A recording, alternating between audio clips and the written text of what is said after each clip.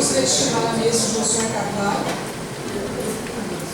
que vai apresentar uma reflexão sobre pesquisa em museu, pesquisa para o museu, reflexões para o Centro de Interesse Caetano e Museu de Economia.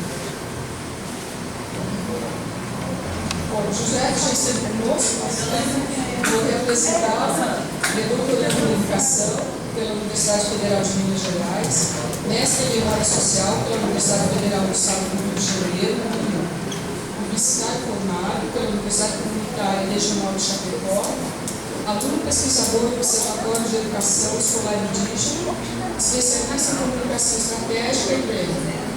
Então, como vocês já falaram, eu devo ficar lá para assistir e depois eu volto para coordenar os debates.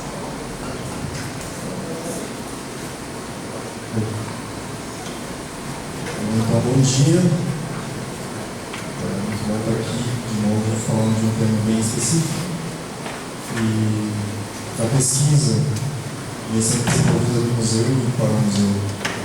Então, a pesquisa em si é esse nome que vocês viram na cartilha, de informações. Pesquisa em museu, pesquisa para o museu. E eu vou pensar o conhecimento tradicional em outros espaços e outras linguagens. Mais ou menos nessa lógica aqui eu vou tentar falar muito. Quero dizer que são tópicos. Como essa questão da representação, que foi falado bastante com o professor, foi muito interessante, da auto-representação, que é o meu caso aqui, a auto-representação da própria cultura. É algo novo na questão indígena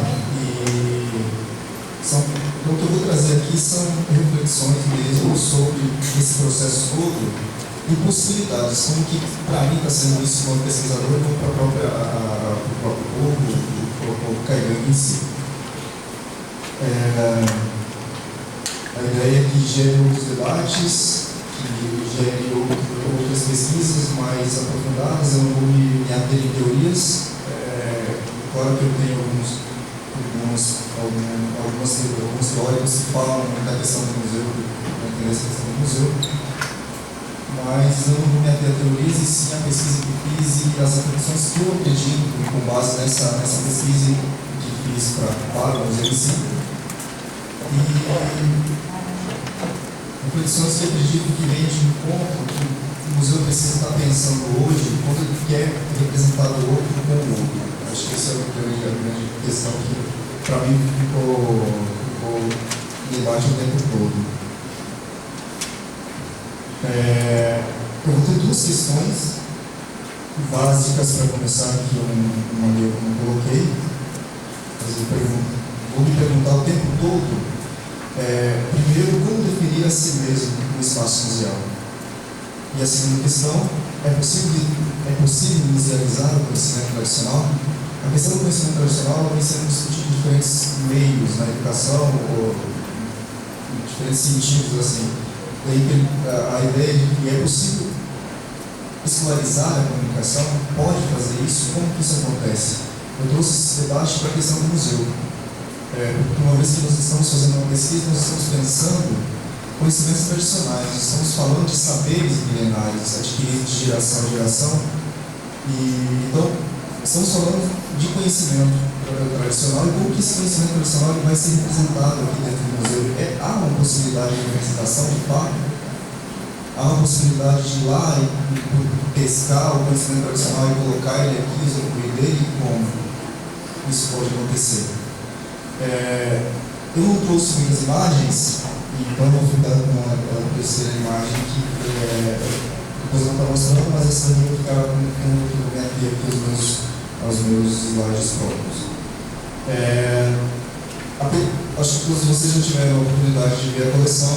Eu já apresentei para várias pessoas em formato coletivo, os que não tiveram, mas já tiveram contato com a exposição que está no segundo piso. E eu vou me ater a essa exposição.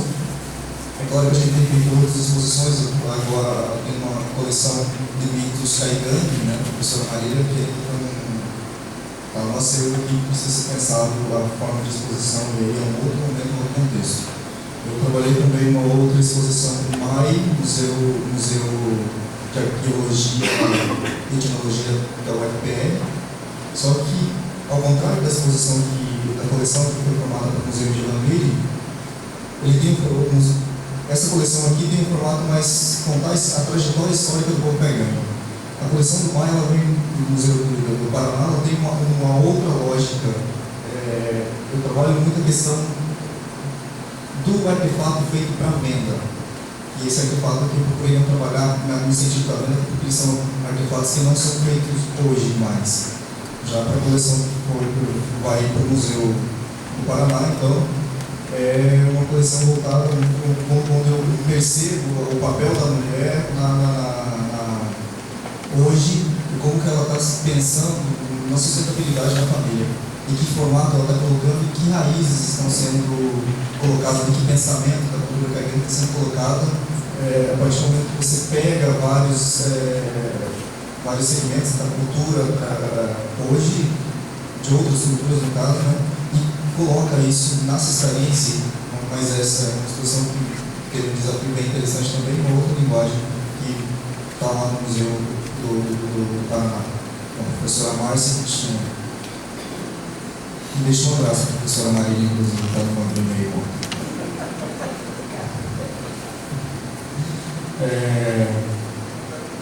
Então, eu vou pensar essa questão de como definir a si mesmo no espaço museal. Eu tive várias questões antes de pensar. É claro que eu conhecia muitos museus, eu sempre gostei de museus, mas eu comecei a perceber a questão indígena, o artefato indígena dentro do museu, de fato, há muito pouco tempo. Após a graduação, em 2004, ou durante a graduação, assim, eu faço publicidade que te joga muito para ver outras possibilidades, outras formas de comunicação. E neles eu estava vendo o Rio Grande do Sul, Paraná, Santa Catarina, em outros lugares que viajei, o que era representado, qual que era a representação do índio em si, do povo indígena dentro do espaço museal. Teve uma pergunta muito interessante que a Adriana levantou na conversa anterior, que eu fiquei pensando. Eu diria, inclusive, falando dessa questão, para entender o espaço, a coleção, formar essa coleção aqui, eu pude representar a minha cultura no espaço museal quando entendi o não índio. Como ele se representa e para quem se representa. E como eu queria representar a minha cultura nesse espaço. Eu não estou dizendo que eu não poderia representar a cultura caiana dentro desse espaço, mas eu só pude trazer essa linguagem de modo que apresentasse ele no tempo, sem estagnar ele num tempo específico, quando eu entendi como que os outros estavam se representando aqui, quer dizer, os outros não índios. O que o branco ele tem ali, o que o índio tem ali no espaço museal e como que ele está definindo aquilo dali. E aí eu comecei a perceber e dizer, não, ele está se definindo de certa forma, mas ele não é uma forma compatível com a que eu quero representar do meu povo. Então, foram pontos de partida assim, que eu não tinha colocado, mas me despertou esse interesse, essa autoexplicação no momento da conversa ali, e foi eu estive preocupado na formação dessa coleção com 3 pontos específicos. Eu não procurei representar o índio ideal, o índio esteticamente caracterizado. Eu não procurei representar o índio só e seus resquícios lá do passado. Na coleção em si eu procurei fazer uma conversa com transição, porque a gente vê, assim, dos artefatos em si, inclusive tem uma exposição que eu cito que é muito interessante,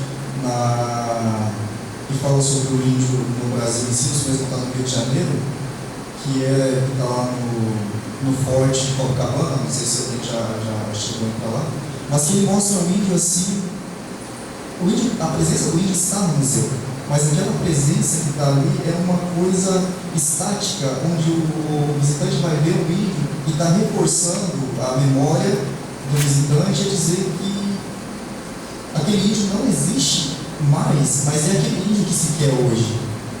E isso me preocupa muito. Eu não estou dizendo, não estou desqualificando em momento algum, porque houve todo um processo, jamais, mas são leituras para poder construir essa coleção, então, e o processo de exposição ali. Mas eu tenho um vídeo todo paramentado lá, na forma de contrato nos primeiros contatos, quer dizer, peças, inclusive muito antigas, assim, guardadas não pelo vídeo, porque não é tradicional a gente ficar guardando artefatos em si, né? Mas que eu olhei para aquele negócio, inclusive eu estava com um amigo meu, que não tem nada a ver, ele é do campo do direito, um olhar que não é para o museu, ele não está interessado na questão do museu em si, a não ser na questão do direito. E uma outra amiga minha, que ela é uma pessoa que vive no Rio de Janeiro e que ela saiu da aldeia, ela viveu na aldeia até os 15 anos e aí se mudou para o Rio de Janeiro. E aí fomos ver então, a exposição. E aí eu quis saber deles o que estava representando aquele pequeno espaço que estava colocado os artefatos e a representação do índio. Aí eles falaram, que legal, eu gostei, era assim que era o índio. Mas eles não existem mais, né? Eles nem fazem mais esses negócios aqui. Esse índio do Brasil que a gente gostaria de ver outra vez. Eu falei assim, e o processo de transição que aconteceu nesse tempo todo? Onde fica? Quer dizer, a exposição que eu estava mostrando, estava marcando o espaço, a possibilidade de estar naquele espaço do museu também, a história dele, mas essa exposição para mim ela estava definindo um espaço lá no passado que não serve a transição hoje. E aí, inclusive, o meu amigo ele falou assim, as índios de hoje não são mais índios. Aí eu falei para ele, o que isso aí, mano? Aí ele falou, você é uma coisa à parte, um caso à parte. Eu falei, eu sou um caso à parte porque você é teu amigo, né? Aí ele falou, não vamos ficar nessa discussão porque não vai rolar, é verdade, não vai rolar papo nessa discussão. Mas então foi uma coisa assim, que muito me chamou a atenção e que eu quis pensar nessa exposição aqui, quebrar essa ideia do estático e trabalhar muito na questão da cultura no espaço transitante. Eu busquei trazer vida também para essa exposição e mais tarde os slides vão estar explicando mais. Mas o museu, em específico, então, eu tive preocupado com... Eu não estava preocupado especificamente em representar o que eu estava sabendo ali, o meu papel enquanto pesquisador. Eu estava preocupado em quando o índio chegasse, quando o caigante chegasse aqui em outro povo, ele sentisse... Eu não estava preocupado, digamos assim, em recriar um espaço da aldeia, no momento algum, porque isso não é possível, criar um espaço da aldeia dentro do espaço do museu. Mas eu estava preocupado que o índio, a primeira coisa, que o índio chegasse aqui e ele percebesse, o índio caigante chegasse aqui e percebesse e sentisse representado, não lá no passado também, mas mostrasse os conflitos todos que aconteceram durante todo esse tempo, esse processo de contato. E a segunda linguagem que eu procurei pensar foi em como o não índio ia perceber essa transição. E aí, como eu comentei em algumas outras oportunidades, foi pensado. Eu procurei trabalhar o tradicional através da cessaria e trabalhei pensar as fotos e aí trazendo o contexto hoje, onde eu coloco um noivo, um vestido de noiva, como já comentou, com um vestido esse terno todo caracterizado como um anão índia, no caso, né? E justamente despertar aquela curiosidade que aqui no Rio Grande do Sul, de São Paulo, para o Rio Grande do Sul, até o Rio Grande do Sul, existe em outros lugares que a gente visita, assim, tem aquele velho conceito. Se não existe mais índio no Brasil, muito menos no Rio Grande do Sul, muito menos no Sul, por conta do contato, né? Quer dizer, essa é uma afirmativa do pensamento leigo que é descolado totalmente do que é o desconhecimento total dentro das aldeias, né, do que acontece no povo. E aí eu pensei, eu quero instigar essa pergunta para ele nesse espaço do museu. Eu quero fazer com que ele olhe, um visitante não indígena olhe lá naquela foto de fato, não tem mais índio. Mas eu queria que ele levantasse essa questão e então foi treinado, conversado com as educadoras que fazem um papel muito interessante, quer dizer, dentro desse espaço do museu, essa conversa com as educadoras e falar, não, o que está aqui é uma roupa, mas a filosofia, o modo de vida é totalmente diferente. E aí você vai começar, se você estiver de fato interessado, você vai começar a perceber o índio no espaço dele. Não é aquele espaço estético, não é aquele espaço que você só olha e sai dali. Uma vez que você só olha, o professor antes colocou, o espaço museu tem que ser um espaço onde haja aquela transformação do teu olhar, aquela transformação mais refinada, e você consiga entrar na cultura do outro, mesmo não estando acessível a você, mas com respeito, com a mesma dignidade que você entra na tua vida. Porque assim que o índio, eu procurei colocar aqui, colocar uma cesta, um colar, uma foto ali. Eu estou falando da vida de uma pessoa, de um grupo. Estou falando de vidas que estão acontecendo, de práticas de cestaria que estão acontecendo o tempo todo dentro da aldeia. Então, quer dizer, você está despertando o teu olhar para conhecer o outro também, no universo dele, embora não seja acessível a você. Então, foram 3 pontos: conhecer o museu, entender como que eu ia traduzir a minha própria cultura junto com os velhos dentro desse espaço museal, e queria ver a opinião deles, e já sei da opinião deles a respeito de como está a distribuição em si ali, e a opinião do não índio. A pesquisa, então, quer dizer, é nesse processo todo para fazer essa coleção e a exposição em si, em parceria com a professora, eu comecei a perceber, então, visitar exposições em museus, artigos sobre museus e índios em museus. Minha pesquisa no museu em si, já que se refere a pesquisa no museu, comecei a perceber esses outros espaços aí desde um tempo mais inclinado nos últimos tempos. E aí, nesse processo, eu percebo muito e claro, no processo de exposição, no processo de comunicação de representar o outro, as digitais do pesquisador, do antropólogo, seja lá do historiador, do museólogo. Quer dizer, aqui estão as minhas digitais e eu estou, enquanto pesquisador, representando o outro. E aí eu pergunto, é possível representar o outro? Como é possível representar o outro? De que forma representar o outro? Eu mesmo não me senti representado lá naquele espaço onde dizia que o índio estava há 500 anos. Eu estou a 500 anos de distância, né? De contato. Quer dizer, eu senti, maravilha, eu olhei, beleza, tudo bonitinho aqui, mas ele está lá, num acesso inacessível para mim. E onde cria assim, um preconceito, quer dizer, e joga o índio de volta aqueles anos. E eu ignoro que ele foi um processo de transição.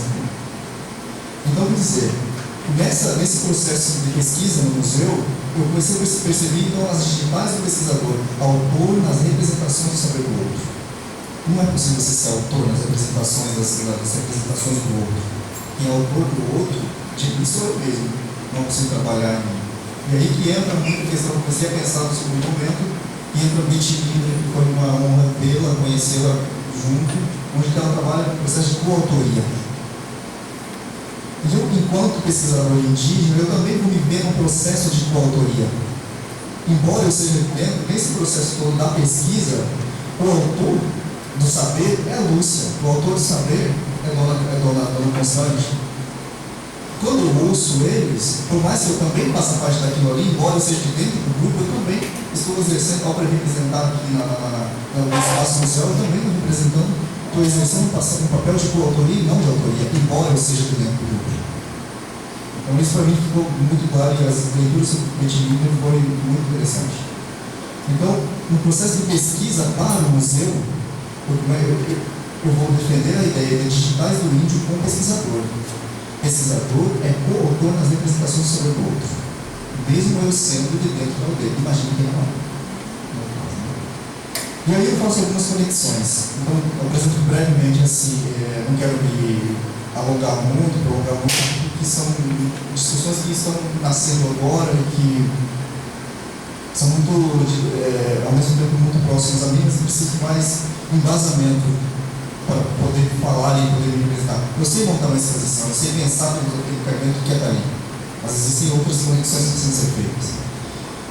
Então, eu busquei entender o processo de musealização e o artefato no espaço museal, mas minha preocupação estava voltada para como os artefatos comporiam o acervo do museu, de modo que as tradições, interações e tensões culturais que fazem parte da comunidade desde sempre estivessem evidenciadas.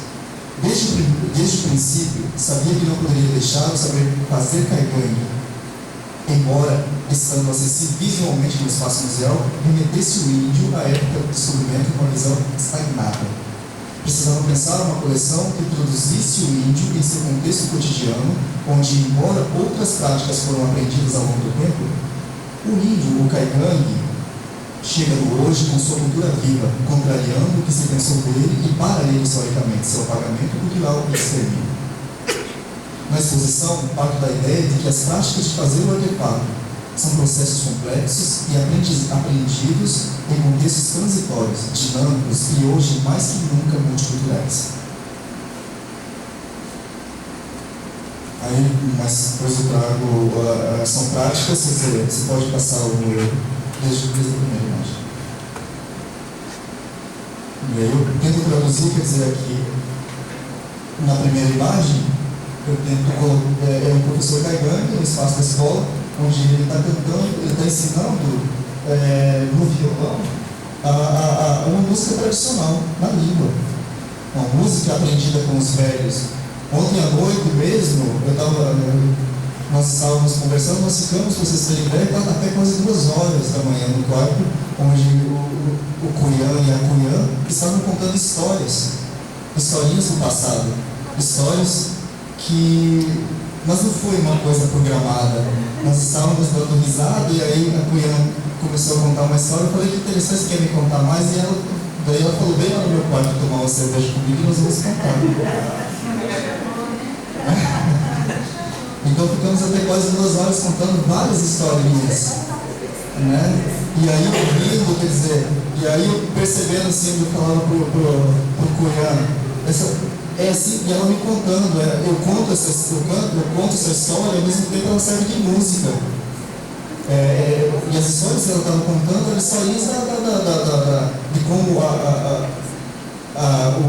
tal teve uma história que depois a avó vai contar. Inclusive, eu acho que eu quero que ela conte agora, para vocês só entenderem um pouquinho da historinha que ela percebeu no espaço que ela ficou ontem. Eu vou lá.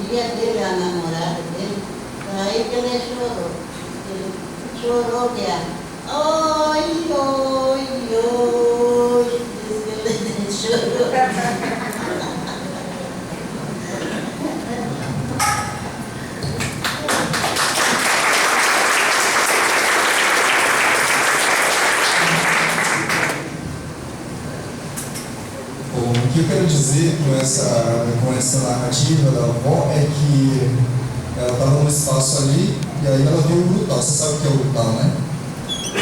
É um bicho que ele se camufla na árvore. Um dos meus pais dizem que ele quer comer, ele fica com a boca aberta, ele enche de mosquito e aí ele fecha a boca. E aí os urutau eles vivem em dois o tempo todo.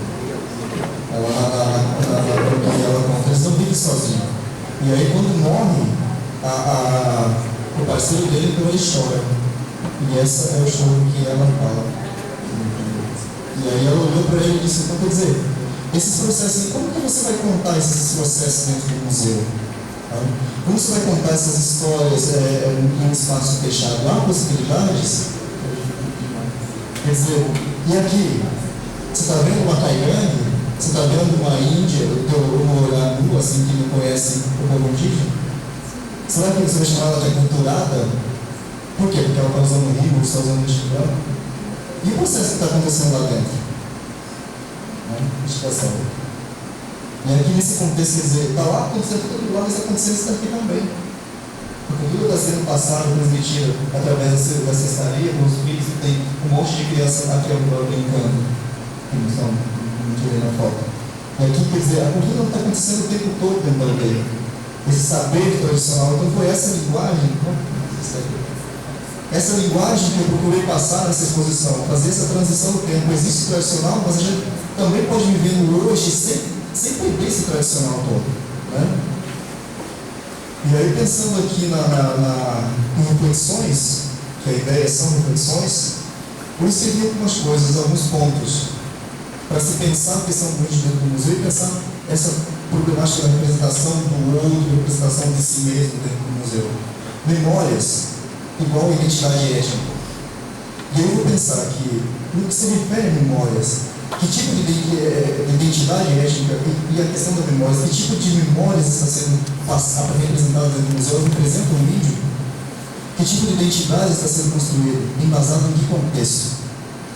Naquela exposição, lá, onde se coloca o índio de 500 anos, está criando a identidade de índio, os primeiros contatos, mas não mostra o contexto em que ele está hoje.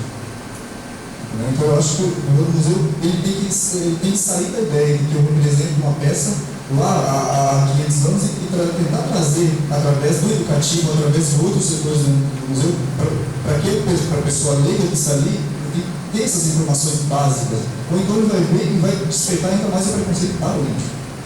E isso é uma coisa que não é admissível mais. E aí um outro ponto que eu trabalho é a identidade que eu penso, a identidade do museu versus a identidade indígena. E aí eu vou pensar essa identidade do museu versus a identidade indígena. Essas duas coisas, elas estão batendo uma com a outra. O que o museu é?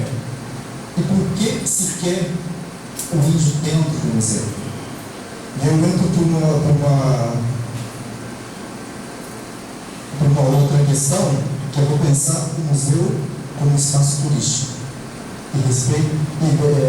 E isso se contrapõe ao respeito ao outro, na minha opinião. Quer dizer, a maioria tem que ver exposições que servem como um espaço turístico, quer dizer, está ali para apresentar o bonito, está ali para apresentar o estático, está ali para apresentar uma peça que é vista pela esteticidade dela, e não em contexto assim, quer dizer, eu estou criando um museu para mim chamar pessoas para eu ter em conta para quem, afinal de contas. E aí, quer dizer, essa identidade do museu é um espaço turístico, ele pode ser tudo isso, mas ele tem que ter um mínimo de informação que se trata de pensar a vida do outro, como eu falei, porque em cada exposição, em cada peça, nós estamos pensando na vida do outro. Eu vou dizer que manter, em cada exposição, ela precisa ter vida. E ter vida na exposição é igual a vida ativa do museu.